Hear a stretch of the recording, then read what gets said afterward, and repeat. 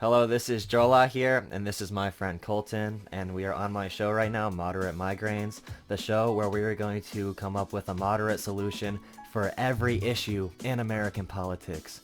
Colton is currently a student at Penn State University, majoring in aerospace engineering, but he makes sure that he spends the necessary time to become an educated voter, which I could really respect, because I'm a political science major, so that's really what I'm doing, which is why I pay attention to politics so much, other than that I care.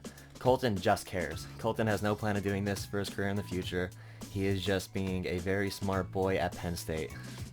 Thank you for that introduction, Joe. Today is actually an interview. See, Colton is a Yang supporter, so I thought I would pick his brain as to why he supports someone like Andrew Yang. So, one of the plans people talk about most when they refer to Yang is the UBI. A lot of people wonder what that is. In your mind, what will that look like? So, UBI, or Universal Basic Income, is essentially capitalism that does not start at zero. So, I really look at UBI through the lens of a libertarian, whereas you need something like this in order to maximize the freedom of the individual, to make sure that that individual is not beholden to corporate or any sort of government entity. So Andrew Yang's universal basic income is $1,000 a month for everyone over 18 that signs on to the program.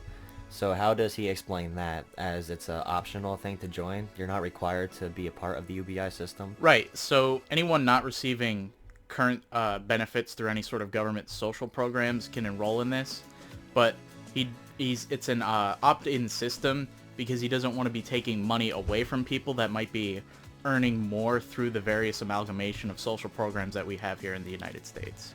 Okay, so basically what he says is, if you are already on welfare, you can trade in those welfare benefits for the UBI. Correct, yes. And even if you are on no government program, you can still opt into UBI because universal basic income, in his mind, is a part of being a United States citizen. Right, he's coined it as the freedom dividend, and it's not any sort of qualifications necessary. It's your right as a United States citizen. Yeah, I see how he approaches it like the United States is a private entity where everybody in the United States is a shareholder. And personally, I think that could build a sense of patriotism in a way we never had before. Because, like he says, would you like to go on about how he says about that people on disability are no longer on disability, they're just another American receiving their UBI? Right, yeah, there's a certain social stigma around disability and welfare benefits. I know this firsthand from working at a local grocery store. People come in and they're embarrassed to use SNAP benefits. So giving people $1,000 a month free and clear removes that stigma. It destigmatizes the issue. And then for people who, well, we live in a very conservative area in central Pennsylvania. A lot of people have problems with freeloaders on the system. So does this mean that they would be more accepting of others receiving benefits since they're receiving the same exact benefits? So there'd be less anger towards people that are abusing the system if everybody got the freedom dividend as just being a U.S. citizen? Right, yeah, you don't really have freeloading if everyone gets it. You hear people argue like, why tax dollars are paying for these people to not work. So $1,000 a month in an area like this, you might be able to live off of that, but in most cases $1,000 a month is not enough to pay all of your bills. So you still need to have a job in order to provide yourself a quality life. So people still on benefits would still get a little bit more than UBI, but this is actually a main issue with incentivizing getting off of welfare. So if I would get the same amount of money working a minimum wage job as I would my benefits, why would I get a job?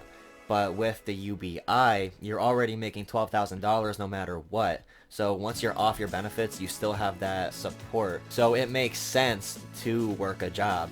You no longer incentivize not working because there are actual benefits to getting any sort of job, since we all start off at that $12,000 right, yeah, range. And there's also incentive to keep you upward, to give you more upward mobility.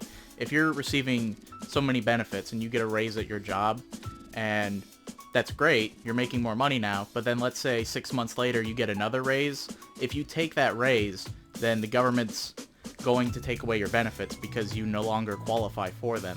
So why would you take that raise? Yeah, so it makes sense to keep progressing. Right, exactly.